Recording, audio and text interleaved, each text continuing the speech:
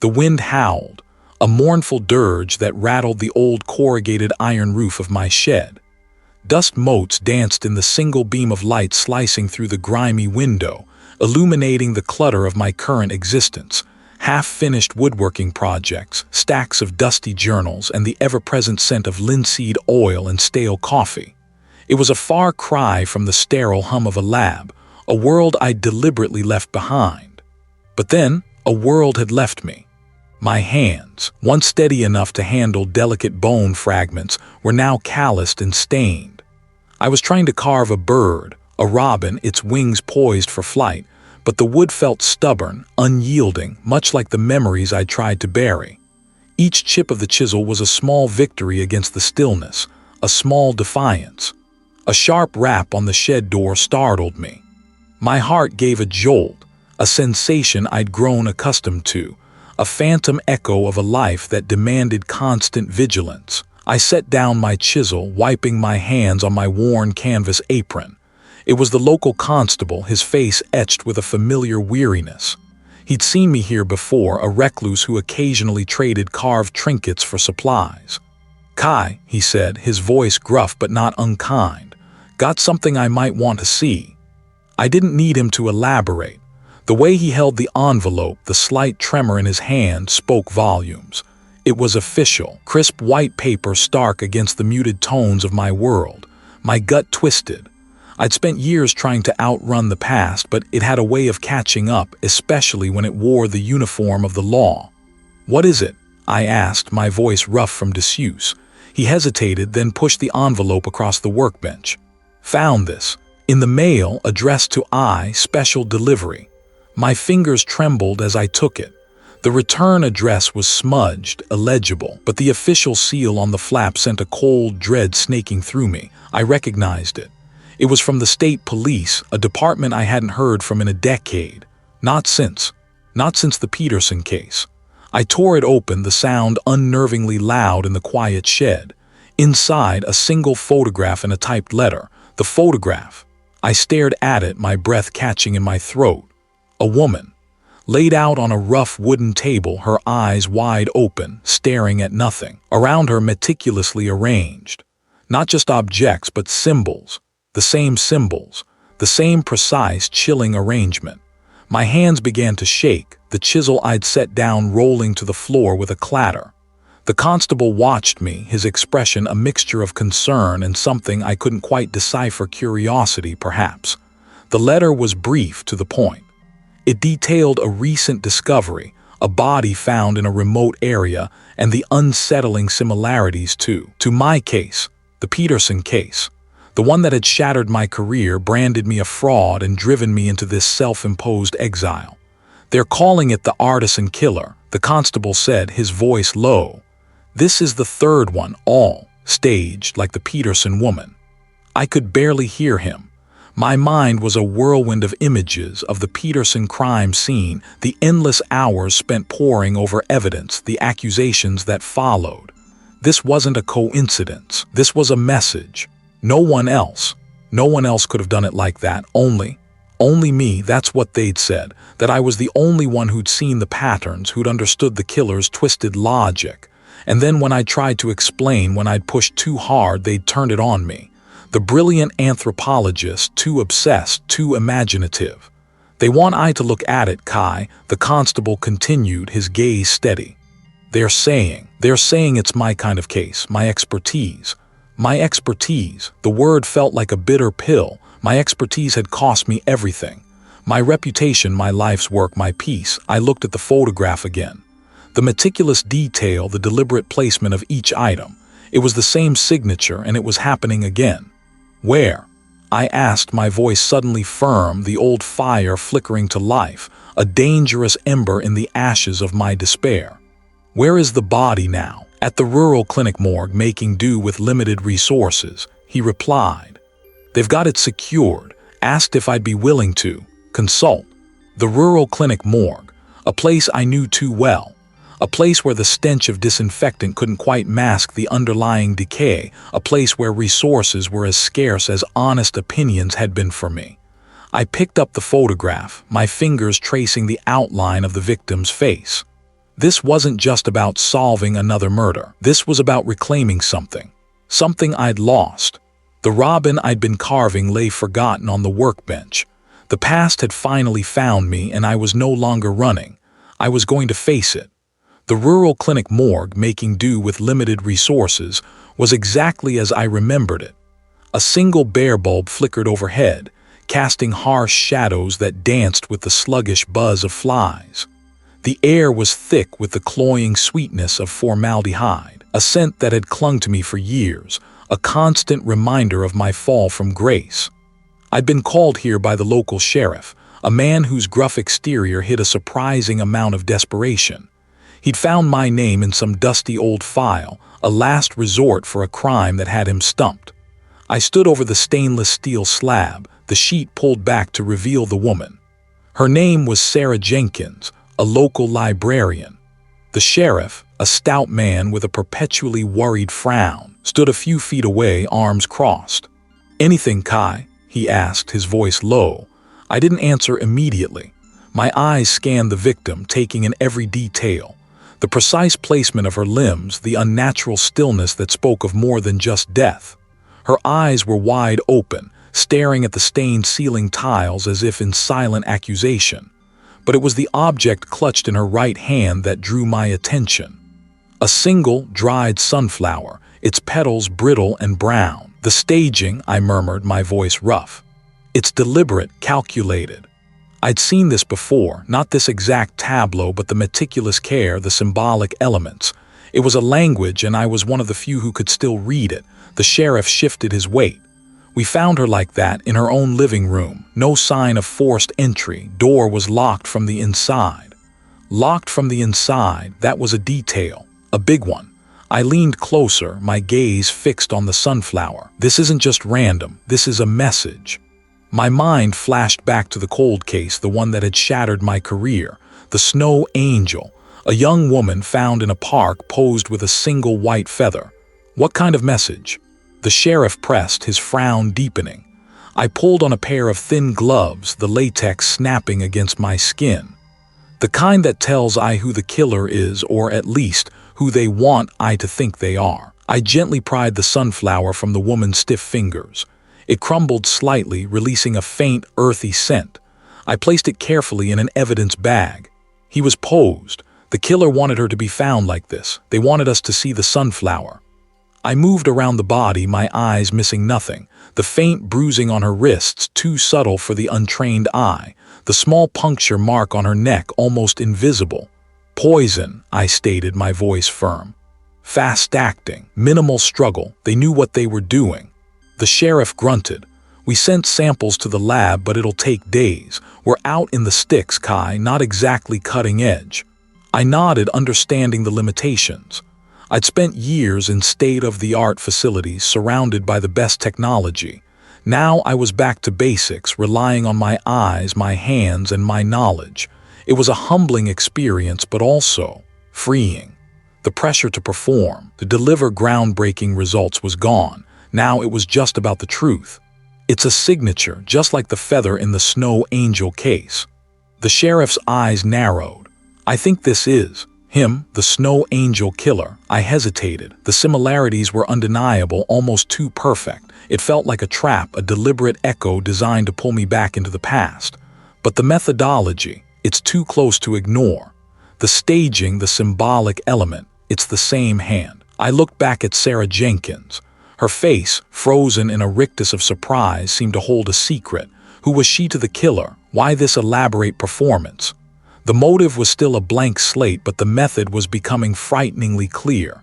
Someone was meticulously recreating the crimes that had once defined my downfall, and they were doing it again. "Tell me about her life," I said, turning to the sheriff. Who would want to do this to Sarah Jenkins? Who would want to make a statement with her death? He sighed, running a hand over his tired face. He was quiet, kept to herself. No enemies that anyone knows of. Lived alone since her husband passed 5 years ago. No enemies, quiet life.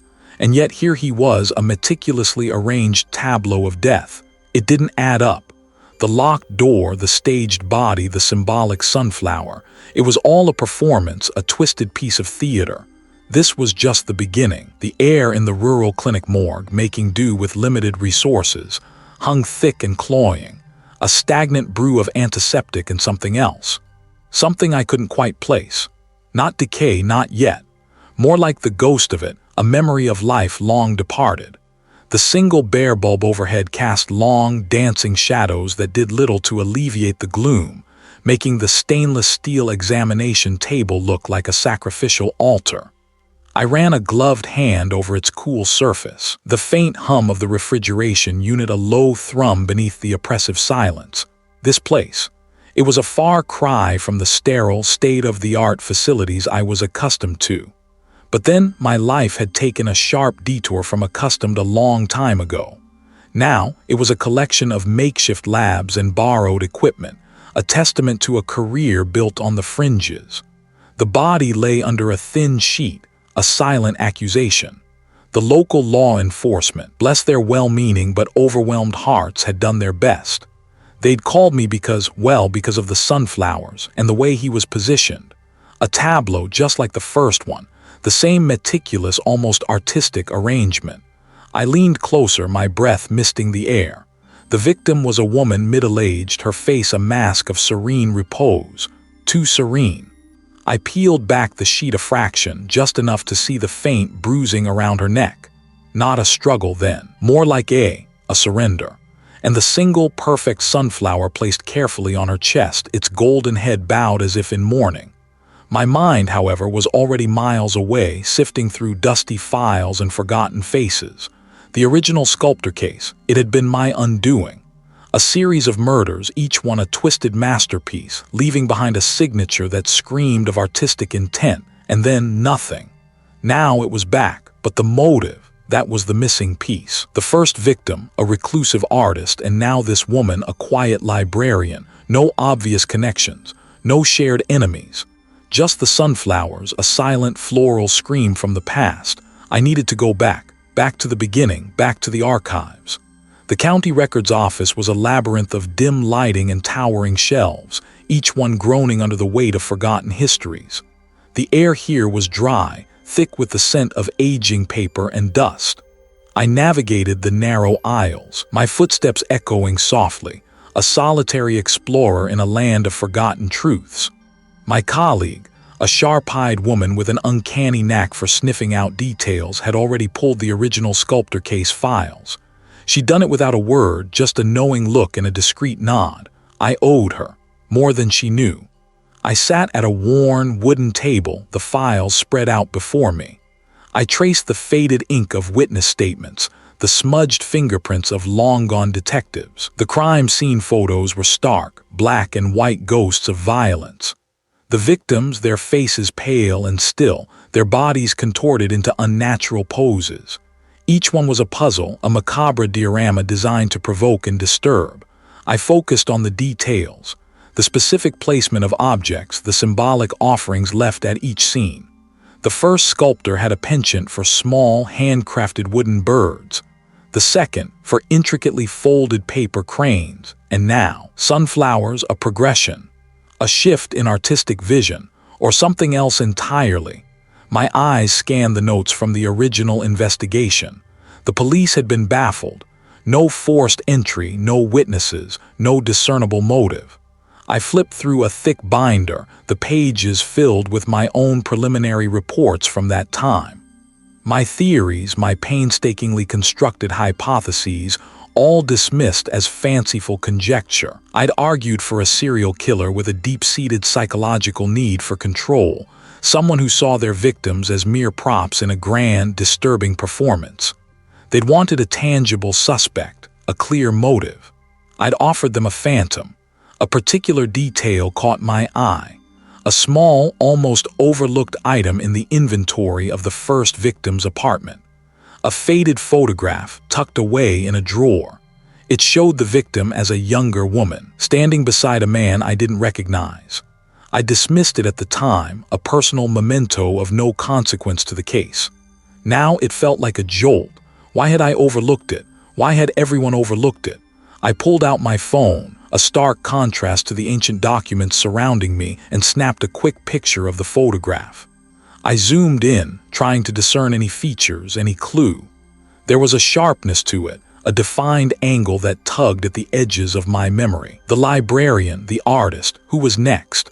The sculptor wasn't just repeating the past, they were evolving, and the sunflowers, they felt like a message, a taunt, a reminder of something I had failed to see. I leaned back, the worn wood of the chair creaking in protest. The tension in the room ratcheted up, a silent hum beneath the quiet. This wasn't just about solving a new murder.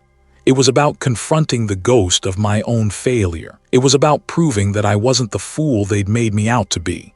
I had a feeling I was about to meet him again, and this time I wouldn't let him slip through my fingers. The past was no longer a dusty archive. It was a living, breathing threat, and I was caught in its suffocating embrace. Not decay, not yet. The single bare bulb overhead cast long, distorted shadows that danced with every tremor of the aging building. The chief investigator, a man with tired eyes and a perpetually rumpled suit, gestured with a gloved hand towards the sheet-draped form on the stainless steel table. "This is where we found him, Kai, just like the last one. Same meticulousness." I stepped closer, my boots squeaking on the linoleum. The smell intensified as I neared the body. It wasn't just antiseptic, there was a faint, almost floral undertone like wilting lilies. Odd. The first victim, the young woman found in the abandoned greenhouse, had smelled of damp earth and crushed leaves. This was different. I pulled on my own gloves, the latex snapping against my skin. My gaze swept over the scene. The chief investigator was right. The staging was eerily familiar. The victim, a middle-aged woman, was positioned with her arms outstretched, as if reaching for something. Her eyes were closed, a serene expression on her face that felt profoundly wrong given the circumstances. Around her, arranged with unnerving precision, were small, smooth stones, not just scattered but forming a deliberate pattern, a spiral, anything obvious. The chief investigator asked, his voice low. I leaned in, my breath catching. The floral scent was stronger now, emanating from a small woven basket placed at the victim's feet. Inside, nestled amongst dried lavender, were several more stones, identical to the ones surrounding her, and a single folded piece of paper. My heart did a familiar, unwelcome lurch. This wasn't just a copycat, this was a conversation. "There's a note," I said, my voice rough. I carefully lifted the basket, my movements precise, honed by years of practice. The paper was thick, creamy, and felt expensive. Unfolding it, I saw elegant, looping script. My stomach tightened. "To Kai, you understand the beauty of precision, don't you? The art of arrangement. This life, like the last, was a canvas. I merely completed the masterpiece. The spiral represents the descent, the inescapable pull. You know this better than anyone. Don't you?" The words swam before my eyes. "You know this better than anyone." He knew my name, and he was referencing the cold case. The one that had shattered my career, the one where the killer had left similar, albeit cruder, stone arrangements. The one where I'd been accused of seeing patterns that weren't there, of letting my own obsession cloud my judgment. "What does it say?" The chief investigator pressed, his patience wearing thin. I folded the note slowly, my hand steady despite the tremor that ran through me. "It's a message for me." I avoided his gaze, focusing on the stones, the spiral. It was the same motif the killer from my past case had favored, the one that had been dismissed as random chance by the department. But I'd seen the intent. I'd argued, I'd pleaded, and I'd been ostracized. A message from the killer. Chief investigator's eyebrows shot up. "What's it say, Kai, and how does he know your name?" I hesitated. Telling him the full truth would only invite more skepticism. They'd already written me off once. "It's vague, he's taunting me, referencing the old case, he knows I was involved." I forced myself to look at the victim's face again. The serene expression, the wilting lilies, it was too deliberate, too personal. "The old case," the chief investigator mused, rubbing his chin. "The one with the missing hiker, until now."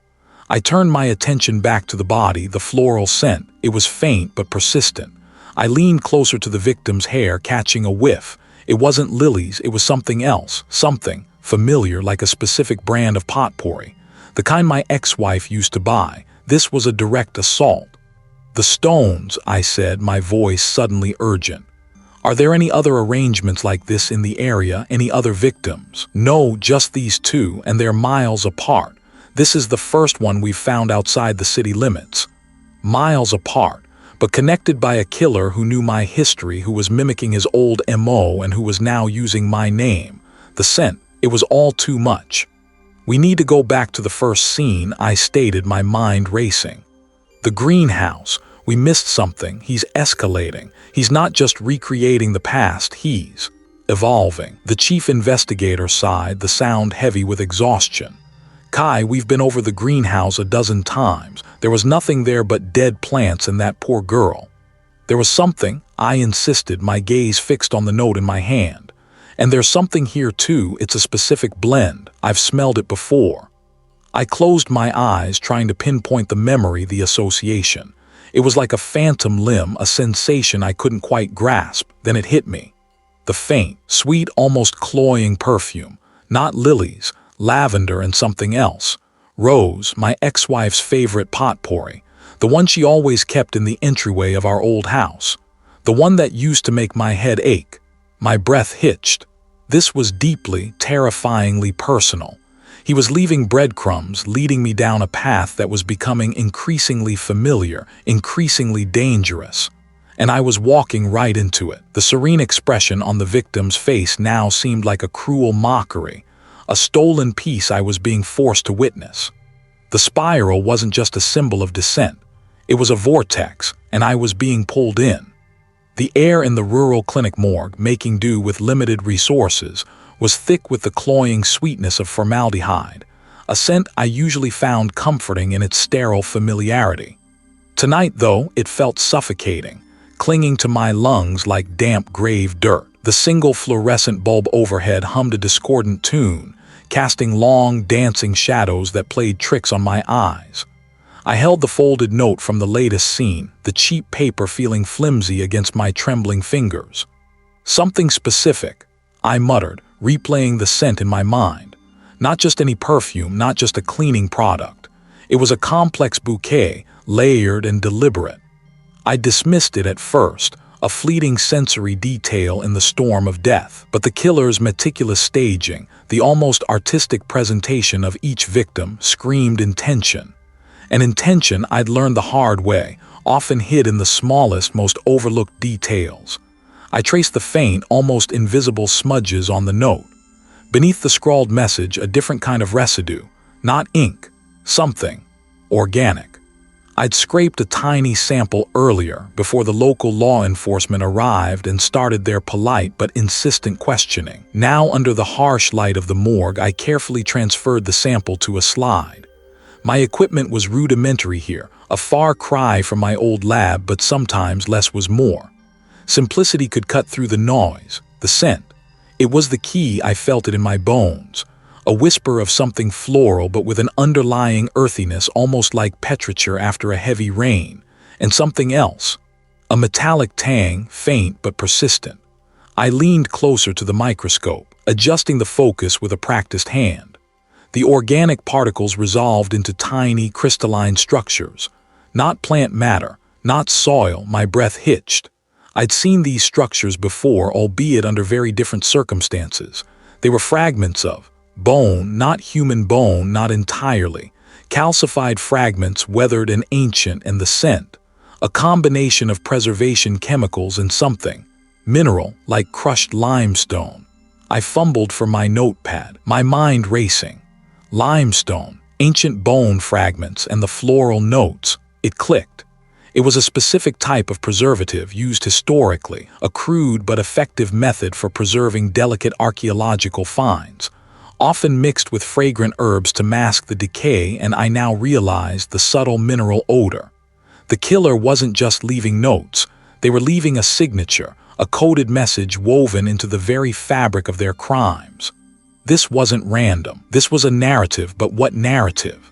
The first victim, a young woman found in a derelict greenhouse surrounded by wilting orchids.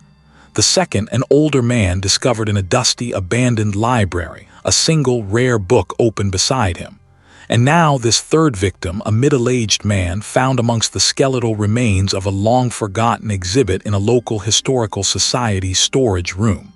Orchids, rare books, historical exhibits. It was all connected, not just to the victims themselves, but to something larger, something curated, preserved. My gaze fell on the note again. The message itself was a taunt, a riddle about betrayal and forgotten promises, but the residue, the scent, that was the real message. The killer was recreating a specific kind of preservation, a meticulous process of making something last, of defying decay. This wasn't just about killing, it was about archiving. The victims weren't just targets, they were specimens. I remembered a similar obscure case from years ago, a series of arsons that targeted old, forgotten archives. The perpetrator was never caught. The methods were crude then, but the motive was about erasing history or perhaps controlling it. This felt like the inverse. This was about preserving a particular version of history, and the victims were somehow part of that exhibit. The smell, the specific blend. It wasn't just a preservative, it was a historical preservative. The floral notes were likely lavender and rosemary, common additions to ancient embalming mixtures. The limestone dust, for texture perhaps to mimic ancient burial sites. The collector killer. They'd left a calling card, a single, perfectly preserved flower at each scene. But it was a different kind of preservation, a more organic one. This felt more academic, more deliberate. I pulled out my phone, the screen a harsh white light in the gloom. I scrolled through my old case files, the ones I'd kept hidden, the ones that represented my downfall. There it was, a footnote in a forgotten report, a mention of an obscure, almost defunct historical society that dealt with ancient preservation techniques. They'd been consulted on a dig decades ago, a dig that had yielded something significant, something that had been subsequently lost or stolen. The pieces were starting to align, but the picture was still hazy, distorted. Who were these victims to this historical society, or to the person who was now using these archaic preservation methods to display them? I looked at the slide under the microscope again. The bone fragments. They weren't just bone. Under extreme magnification, I could see striations, microscopic imperfections that spoke of something not entirely natural. They looked like fragments of petrified wood, treated to resemble bone. Petrified wood, ancient trees, long-gone forests, the floral scent, the mineral dust, the petrified fragments. It was all pointing to a very specific, very old kind of natural history. The victims were linked to this, but how and why? The local detective poked his head in. "Everything all right in here, Kai? You've been a while." I quickly covered the microscope, the slide, and the photos. "Just thinking," I said, my voice rough. "The scent. It's a clue, a very specific clue." He nodded, his expression unreadable. "We're following up on all leads. Following up. They wouldn't understand. They were looking for a killer. I was looking for a curator, and the exhibit was still growing. I had to connect these victims to that lost dig, to whatever had been recovered from it.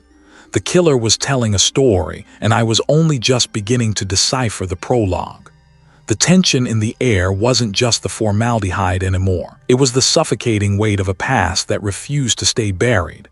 The air in the rural clinic morgue, making do with limited resources, hung thick and heavy, not just with the usual sterile chill, but with something else. A cloying sweetness like overripe fruit left too long in the sun, battled with the sharper tang of disinfectant. I leaned over the stainless steel table, my breath misting the cold surface. The latest victim. Another meticulously arranged tableau. The detective had been practically vibrating with frustration. "Another one, Kai, same mo, and still no sign of the sculptor." He gestured wildly at the arrangement, a grotesque parody of domesticity. A woman posed as if mid-sip of tea, a porcelain cup balanced precariously in her hand. Her eyes, wide and vacant, stared at a point just beyond my shoulder. The staging was precise, almost artistic, and that's what gnawed at me. It wasn't just killing, it was a statement. I'd politely dismissed the detective, my mind already elsewhere. He saw a killer. I saw a message, a narrative unfolding victim by victim. And this latest chapter was the most disturbing yet, the teacup. It was a detail I recognized, a detail from the dig, from that dig, the one that had shattered my career. My fingers, gloved and steady, traced the faint outline of a microscopic scratch on the victim's wrist. Not a wound, but something applied. A symbol. Faint, almost imperceptible, but undeniably there. The same symbol I'd found on the artifacts recovered from the site. The ones that had been deemed insignificant by everyone else, except me. I'd spent weeks poring over the excavation reports, cross-referencing them with every known cultural marker. Nothing, until now. The sculptor was using it. Was it a signature, a warning, or a key?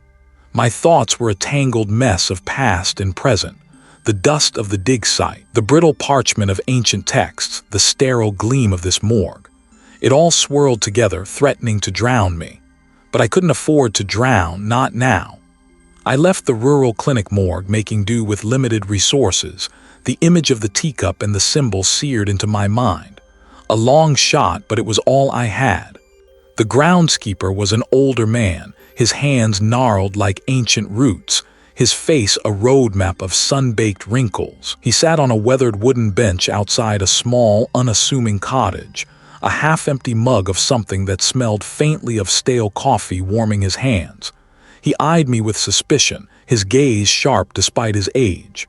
"I read The Anthropologist, ain't ya?" he rasped, his voice like dry leaves skittering across pavement. I nodded, keeping my voice even. "Kai, I'm looking into what happened to my neighbor." He grunted, taking a slow sip from his mug. "Terrible business. Heard the sirens, saw the flashing lights." He looked away towards the dense woods that pressed in on all sides. "Didn't see nothing. I mentioned it to the officer." He hesitated, his gaze flicking back to me. "Yeah, saw it, parked down the lane, didn't think much of it at the time. Folks come and go, but it was, out of place, too quiet." "Can I describe it?" I asked, pulling out my small notebook, and it had something on the side, a little emblem maybe. Heart gave a lurch. "An emblem? What kind of emblem?" He squinted, his brow furrowed. "Hard to say, too far, but it was. Angular, like a bird's claw or something."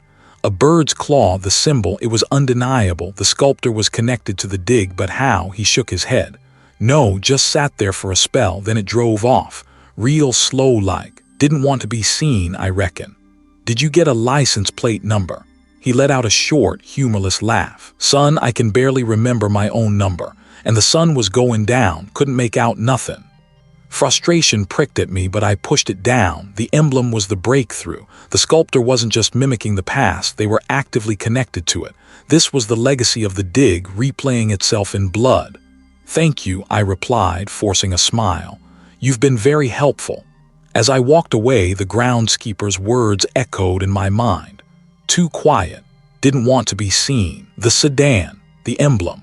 Figures I tried to expose, figures who had buried me with the rest of the dirt. My mind raced, piecing together fragments of memory, connecting dots that had previously seemed miles apart. The sculptor wasn't just a killer, they were a messenger. And the message was a terrifying echo of my own downfall. I leaned my head against the cool glass, the rhythmic hum of the engine a counterpoint to the frantic beat of my own thoughts. The sculptor knew about the dig. They knew about the symbol, unless they weren't just connected, unless they were part of it. It wasn't just about catching a killer anymore. It was about uncovering the truth of what had happened at that dig site, a truth that had been deliberately buried. And it was starting to feel like I was the one being buried all over again. The air in the rural clinic morgue, making do with limited resources, hung thick and cold, a familiar shroud that always pricked at my nerves. It wasn't the smell of formaldehyde or decay that got to me, not anymore. It was the silence. I ran a gloved finger over the faint impression on the victim's forearm, a detail the initial sweep had missed. Not a bruise, not a scratch, more like a brand, a stylized bird, its wings unfurled. I'd seen it before, etched into the crumbling stone of that forgotten temple, a symbol of passage, of transition. The groundskeeper's words from yesterday gnawed at me. Too quiet. And the emblem on its side. A stylized raptor, its beak sharp, its eyes like obsidian chips. It was the same emblem that adorned the letterhead of the shell corporation that had bankrolled the dig, the one that had vanished into thin air when the scandal broke. The same corporation that had employed the very people I'd tried to expose. My mind raced, piecing together the fragments. Each victim, a carefully chosen symbol. The first, a historian, found amidst a collection of ancient texts. The second, a curator positioned beside a display of unearthed artifacts. And now this one, a retired archaeologist, his hand still clutching a worn trowel. They weren't random acts of violence. They were a message, a grim, deliberate pronouncement delivered through the dead. I pulled up the case files on my tablet, the screen's blue light a stark contrast to the dim glow of the overhead fluorescent. The one that had shattered my career, the one where the perpetrator had vanished like smoke, leaving behind a trail of meticulously staged crime scenes. The same modus operandi, the bird, it was always the bird. A sudden jolt of realization shot through me, the symbolism. It wasn't just about the past, about the illicit artifacts. It was about them. The ones who had funded the dig, the ones who had profited from desecrating history. But who was doing the silencing and why now? I scrolled through the victimology reports, my gaze snagging on a common thread I'd overlooked before. Each victim had been a key player in the original excavation, a witness to, or perhaps a participant in, something deeply unsavory, something that had been buried along with the artifacts. The bird, I remembered, was also a symbol of messengers, of swift, decisive action, a harbinger. And if this killer was a messenger, then they were delivering a final warning, a reckoning. My eyes scanned the names again, my heart beginning to thrum with a dangerous rhythm. The list was shrinking. The list of those involved in the dig, the ones who had profited, the ones who had stayed silent. And then I saw it. The financier. The man who had pulled the strings from behind the scenes, the one who had been untouchable, protected by layers of shell corporations and legal maneuvering. He was the final piece of the puzzle. But where would the killer strike next? Where would this messenger deliver their final, damning message? I closed my eyes, picturing the original dig site, the vast, arid expanse of the desert, the unearthed ruins that had promised untold riches. The centerpiece of the excavation had been a tomb, its entrance hidden beneath a weathered rock formation, a place whispered to be the resting place of a forgotten king. And at the heart of that tomb, a massive stone bird, its wings carved in mid-flight, a sentinel guarding ancient secrets. The tomb, it all clicked into place with a sickening finality. He wouldn't be killed in his penthouse or his private jet. No, the killer would want to make a statement to return the financier to the very place where his greed had begun. He would be taken back to the source. I looked at the clock on the wall. 2:17 a.m. The sun would be rising in just a few hours. The desert would be ablaze with heat, but the tomb deep within the earth would remain cool, silent, waiting. I had to get there. I had to stop this. The groundskeeper's words echoed again, but this time they weren't a warning. They were a call to action, didn't want to be seen. The killer didn't want to be seen, but their message was loud and clear. And I was the only one who could intercept it. The race was on. It was the silence. Well, everything. I hated it. It was the sound of finality, of stories cut short, and right now it was screaming the loudest. The deceased lay on the stainless steel table, a stark, pale form under the harsh fluorescent lights. I'd been here for hours, meticulously cataloging every detail, every staged element. The killer was good, too good. This latest victim, like the others, was a tableau, a twisted art installation designed to provoke, to mock. But this time, there was a subtle shift, a deviation from the established pattern that felt less like a mistake and more like a deliberate invitation. The victim's left hand. It was positioned differently. Not the usual stiff, almost elegant pose, but splayed, palm up, as if reaching. And on the palm, almost invisible unless I was looking for it, was a faint, smudged impression.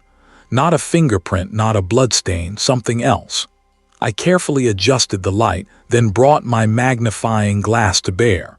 It was a series of tiny, almost microscopic indentations, like they'd been pressed into the skin with something sharp, something fine.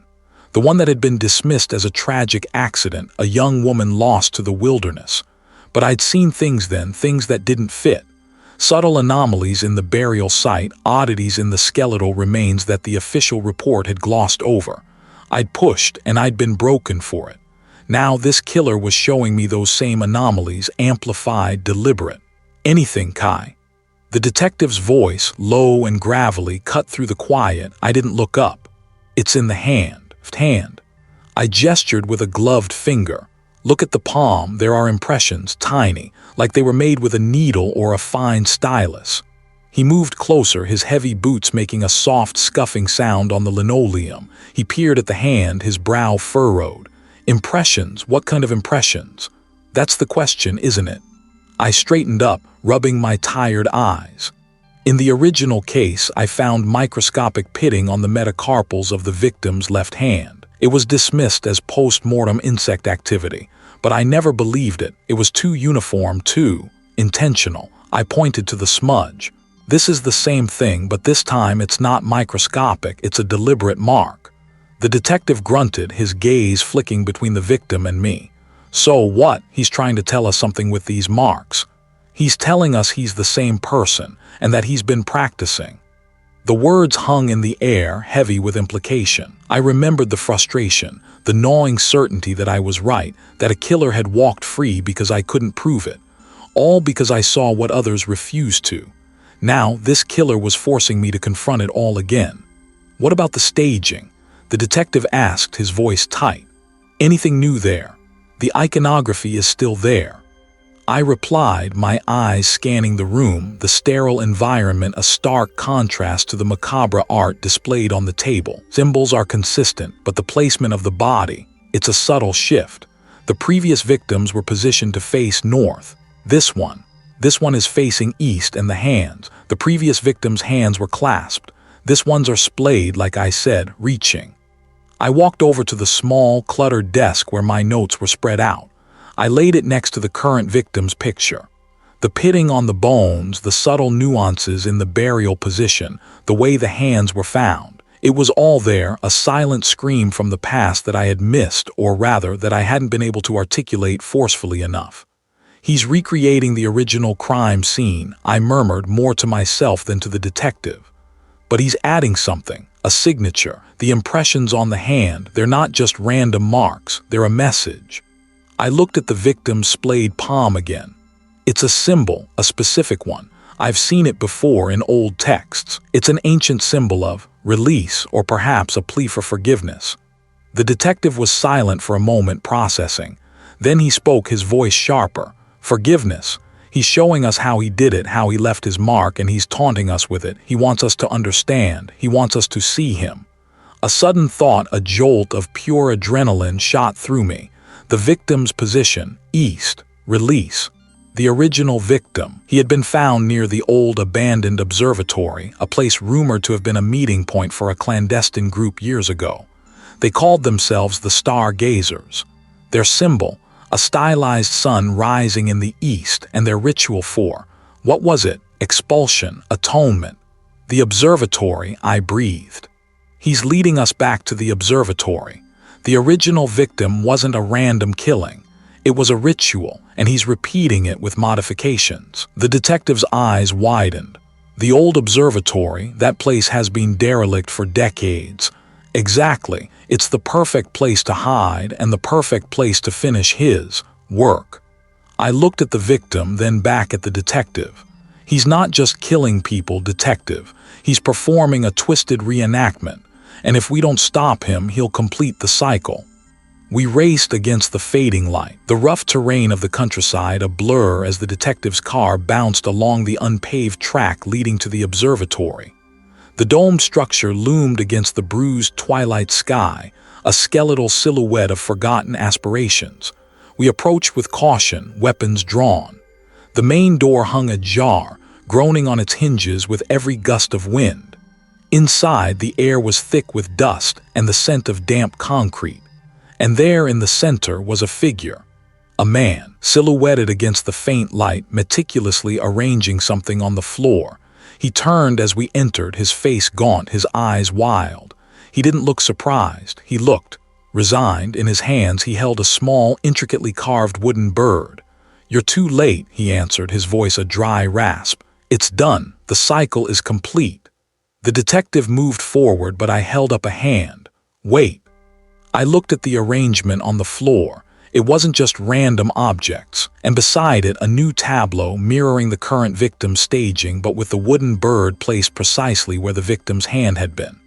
"It was you," I responded, my voice quiet but firm. "You killed her, and you've been killing to prove it wasn't an accident, that you were capable. Our little group, she found out what we were doing. I had to. It was a necessary sacrifice, for the greater good."